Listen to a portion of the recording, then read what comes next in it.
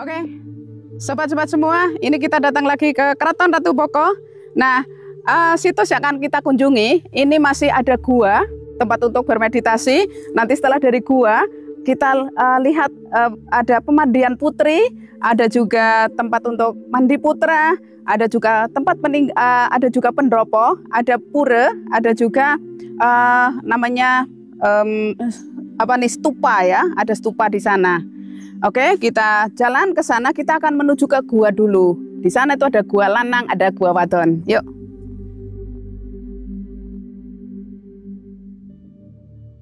Ya, jalannya nanjak sekitar 50 meter lah. Sekitar 50 meter kita baru sampai ke gua. Nah, gua ini adalah gua buatan. Nah, gua buatan ini pun buatan pada saat Raja Buddha, yaitu Rake Panangkaran. Nah, gua ini berfungsi adalah tempat untuk bermeditasi, untuk berdoa. Nah, gua ini diperuntukkan untuk kaum Brahmana dan untuk keluarga raja saja. Yang gua lanang itu adalah untuk raja dan kaum Brahmana, sedangkan gua wadon itu adalah untuk keluarga, untuk ratu dan keluarganya, putri-putrinya. Nah, di kanan kiri kita ini adalah hanya batu-batu saja. Ini adalah namanya Desa Sumberwatu. Jadi Keraton Ratu Boko ini berada di antara dua desa, yaitu Desa Sumberwatu dan Desa Bokoharjo. Sumberwatu di kiri jalan, nah Bokoharjo di kanan jalan. Nah, ini apa? Batu-batu saja.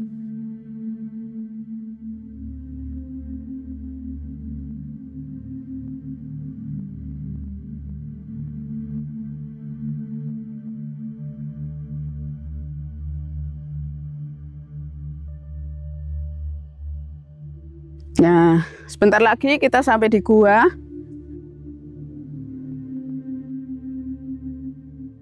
Ya, karena bulan Agustus ini bertepatan dengan liburnya orang-orang Eropa. Nih, orang Eropa pada datang nih. Oke, dari mana ini tamu nih? Oh, Prancis.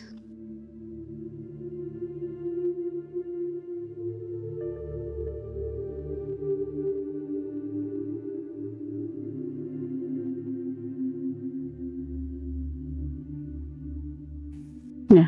Hello, sir. Where are you from? New Zealand. New Zealand, Australia. Oh no, ya New Zealand. Oh no, Australia, New Zealand, Selandia Baru. Oke, inilah gua. Nah, ini gua itu keadaannya seperti ini. Ini adalah gua buatan. Gua buatan ini dari batu alam, batu yang gede banget. Itu dipahat. Nah, jadi peralatan pada zaman dulu itu masih sederhana, itu menggunakan pahat dari besi, terus ada palu, ada juga gergaji, antara lain seperti itu. Nah, gua ini gua wedok, gua perempuan, ini diperuntukkan untuk bersemedi kaum wanita. Nah, seperti sebelah sana. Nah, agak mendekat. Nah, di sana itu ada kayak meja, itu adalah tempat untuk menaruh sesaji, Nah, mungkin pada zaman dulu tentu ada patung-patungnya. Nah, patung itu adalah sebagai simbol dari para dewa. Nah, ini adalah hasil pahatan. Nah, ini dipahat ya, dipahat-pahat. Nah, terus ini cukup-cukuplah yang namanya gua untuk bersemedi. Ini cukupnya lebih afdol lagi, ini satu orang, jangan banyak orang. Nah, terus dulu di sini itu ada pintu, Mas. Dulu itu ada pintunya. Nah, karena pintunya ini mungkin terbuat dari bahan-bahan yang mudah rusak, itu tentu saja sudah tak ada lagi. Nah, pintunya, nah gua ini menghadap ke barat. Kita ke tempat tinggalnya raja.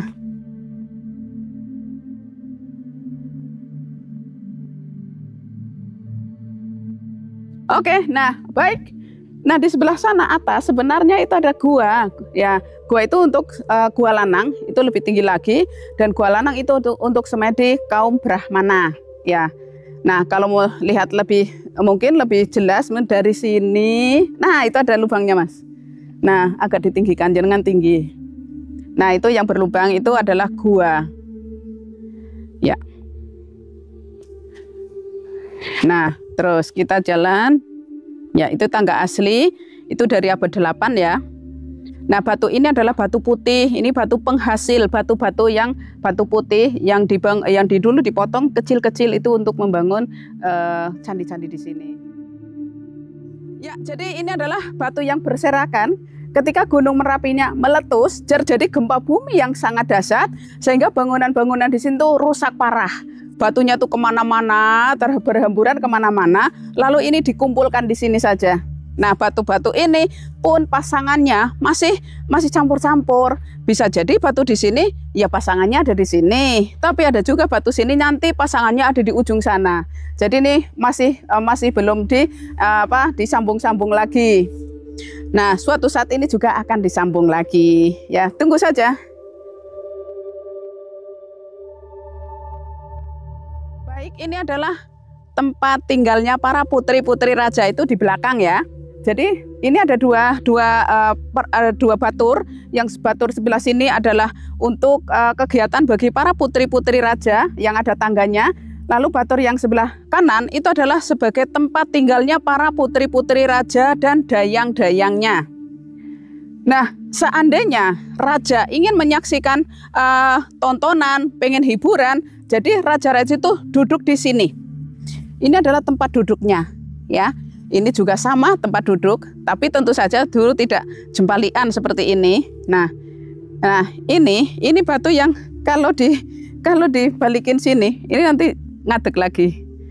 Iya, gini. Ini namanya batu apa sih ya? Batu ajaib. Ya, nggak bisa dirubah-rubah ya. Nah, semuanya ini tidak boleh dirubah-rubah. Tempat duduk. Ya, kita ini adalah ke pertunjukan. Ini tempat para putri-putri bisa menari-nari. Terus,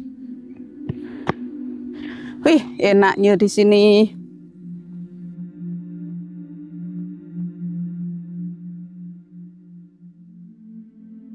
Nah, dari sini tuh masih tersisa batu-batu banyak tuh. Masih ada batu-batu banyak, ini batu candi semuanya. Nah, ini adalah sebagai panggung pertunjukan.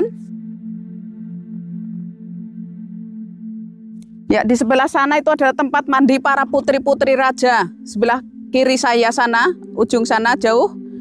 Nah, kanan nanti adalah tempat mandi para putra, para kesatria. Nah, dari sini, lihat ke ujung sana, itu yang tembok, itu adalah istana raja. Jadi istana raja itu jauh dengan para putri-putrinya. Oke, nah kita ke sini.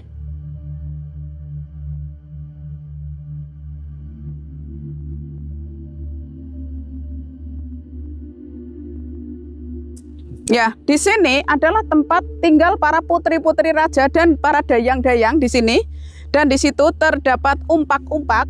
Nah, atau landasan tempat berdirinya tiang-tiang berdiri, dan tentu saja tiangnya, bangunannya, atapnya semuanya sudah hilang karena kalau dihitung hingga sampai saat ini Keraton Ratu Boko itu usianya sudah sekitar 1.200 tahun. Nah, kemudian batu-batu di sini ini adalah hampir semua batu andesit dan ini sudah dipugar pada sekitar tahun 1994 lah. Ini sama 1994, 95. Oke. Nah, di sana itu ada kolam. Nah, tapi ini belum tentu apakah ini kolam untuk mandi para putri-putri raja ataukah untuk konsumsi. Kita belum tahu. Yang sebelah sini ada kolam satu panjang.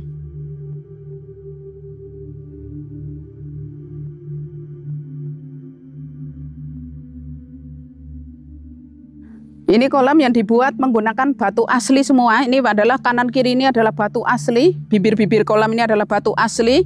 Adalah batu karst. Batu karst itu adalah batu yang bisa menyimpan air lebih lama. Jadi batu karst itu adalah ini di bawahnya itu batu. Dan airnya tidak kemana-mana. Seperti kita bayangkan itu kayak kolam renang.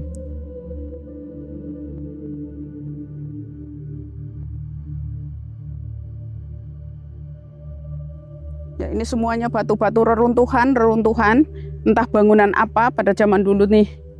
Bisa jadi pintu gerbang, bisa jadi pagar. Nah, ini ada dua stupa. Ini seperti Candi Borobudur. Ciri khas agama Buddha pasti ada stupa. Jadi ini adalah simbol bagi agama Buddha, karena agama Buddha dulu pada abad 8 ini pernah menjadi penguasa di sini. Sembahyangnya di stupa.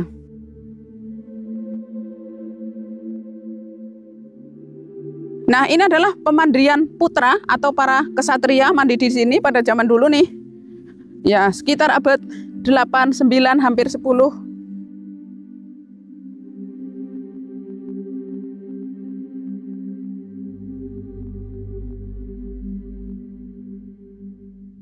Coba yang terdalam nih seperti lagunya Ariel ini mana nih? Sana, itu terdalam 6 meter, ini 4 meter.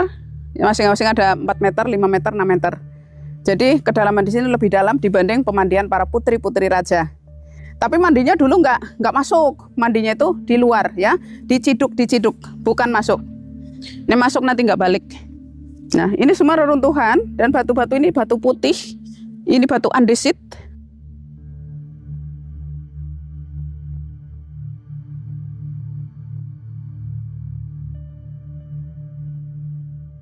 Ayo kita mau masuk, lihat putri-putri mandi. Ini tempat tinggalnya putri mandi.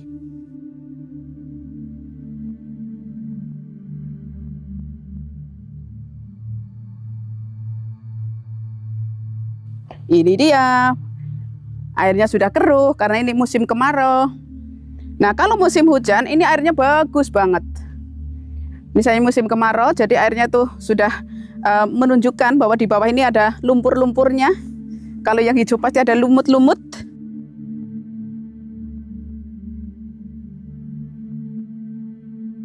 Nah, ada lubang yang kecil-kecil ini bukan buatan raja, ini melainkan karena alam, faktor alam.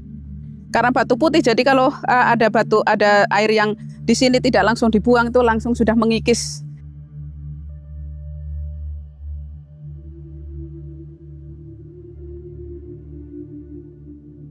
Oke, ini semuanya pemandian. 1, 2, 3, 4, 5, 6, 7, 8, 9, 10, 12, 13. Ini ada 13 bulatan. Nah, bulatan itu bukan menunjukkan ini putrinya raja itu ada 13, itu bukan. Karena ini secukupnya saja. Jadi selain ini digunakan sebagai tempat mandi para putri-putri raja, ini juga sebagai penampungan air hujan. Nah, seperti di sana ada pemandian putra itu dibikin dalam supaya air hujannya nanti yang tertampung itu banyak. Samalah di sini. Ini juga untuk penampungan air hujan. Maka tidak dikasih atap. Nah, kalau dikasih atap nanti air hujannya nggak masuk dong. Nah, makanya ini tidak dikasih atap supaya air hujannya itu langsung mengisi. Begitu. Ya, oke. Nah, kita keluar. Ini kurang lebih dalamnya 3 meteran. 3 meter, 3 meter. 3 meter lagi, 3 meter. Nah, ini masih banyak banget ini. Ayo dijual. Ya. Ini seret ke sana itu namanya mercu. Mercu ini adalah hiasan bercorak Hindu. Nah, mercu ini harusnya itu di atas. Nah, sebagai hiasan. Nah, tetapi ini belum selesai ini pemugarannya, maka mercu ini masih ngumpul-ngumpul di sini. Nanti ini suatu saat juga akan dipasang lagi. Ya, tunggu saja, nggak tahu tahun kapan.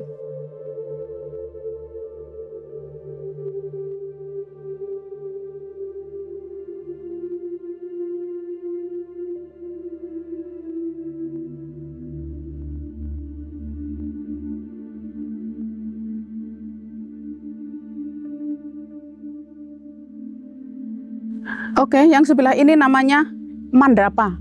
Mandapa itu adalah nama lain dari pendopo. Mandapa ini adalah untuk berkumpulnya para murid-murid agama Hindu. Nah, untuk miniatur candi itu ada miniatur candi Hindu. Itu terdiri dari 3 dewa, yaitu Dewa Brahma di selatan, yang tengah adalah Dewa Siwa, yang sebelah utara adalah Dewa Wisnu. Nah, dari ketiga dewa ini, kalau dikumpulkan itu disebut dengan Trimurti. Trimurti itu 3 dewa. Dewa Brahma tugasnya menciptakan alam semesta. Tugasnya Dewa Siwa adalah dewa pelebur atau dewa perusak. Nah, lalu ada Dewa Wisnu adalah dewa pemelihara. Nah, dari ketiga dewa ini memiliki kendaraan masing-masing. Kendaraannya Dewa Brahma adalah Angsa, kendaraan Dewa Siwa adalah Nandini, kendaraannya Dewa Wisnu adalah Garuda. Maka Garuda, Wisnu, Kencana itu ada di Bali karena biasanya apa yang apa yang menjadi kayak yang diperbesarkan itu di Pulau Bali itu adalah namanya Dewa Wisnu. Ada Wisnu Garuda, Wisnu, Kencana. Ya, itu adalah Hindu bercorak Wisnu. Nah, terus di sini ada sumur suci.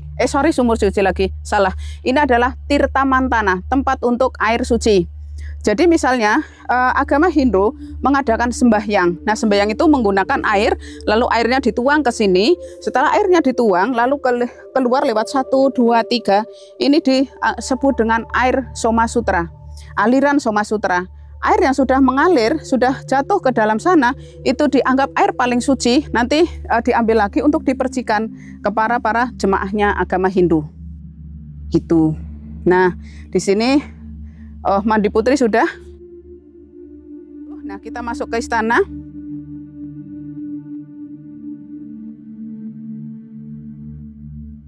Ini namanya Jaladwara. Jaladwara ini adalah istana, pagar dinding istana, dan di sini adalah tempat tidur bagi para kesatria, para pasukan pengawal raja. Sebelah sini raja ada di dalam dan pengawalnya ada di luar. Ini Jaladwara itu saluran air, drainase.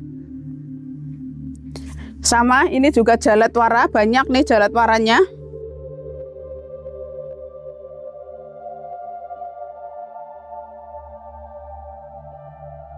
Masuk ke istana raja. Nah, ini tempat tinggalnya raja.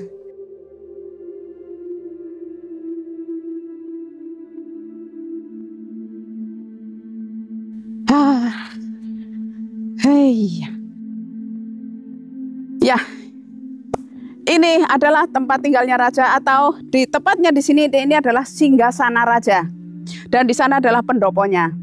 Nah, jadi pada abad 8 yang sebelah sini, yang depan, itu adalah sebagai Abhaya Giri Vihara, tempat belajar mengajar agama Buddha. Nah, begitu agama Buddha sudah tersingkir, diganti oleh agama Hindu, maka ini yang dulunya wihara itu diubah menjadi istana raja. Nah, maka ini pada abad 9 ini yang berkuasa agama Hindu. Nah, di sini ada tempat tiangnya berdiri. Ini dia. Ini tempat tiangnya berdiri. Sebelah sana, sebelah sana. Ini ada, ini 6, sana 6. Mungkin zaman dulu di sini tuh ada bangunannya. Nah, lalu Raja Rakepikatan lalu membangun ini. Ini adalah untuk lewat kasta sudra. Ini adalah untuk akses kasta sudra yang bisa melayani kasta Brahmana, melayani pula kasta kesatria. Nah, sini. Nah, oke. Nah, terus ya. Nah, di sini adalah pendopo, tempat para menteri-menterinya. Jadi sang menteri pada di sini, ini pembantu raja. Nah, rajanya ada di sana. Nah, di lorong sebelah sana, nah kanan kiri ini adalah lorong kosong. Ini dulu pada abad 8 adalah untuk upacara Puradaksina. Upacara Puradaksina ini upacara yang dilakukan dengan cara berlari-lari kecil, ya 3 kali putaran itu sambil berdoa. Itu untuk fungsinya adalah untuk mengusir roh-roh jahat.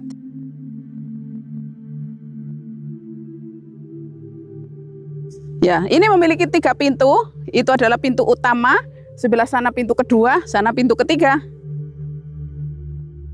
Pintunya hanya 3 saja.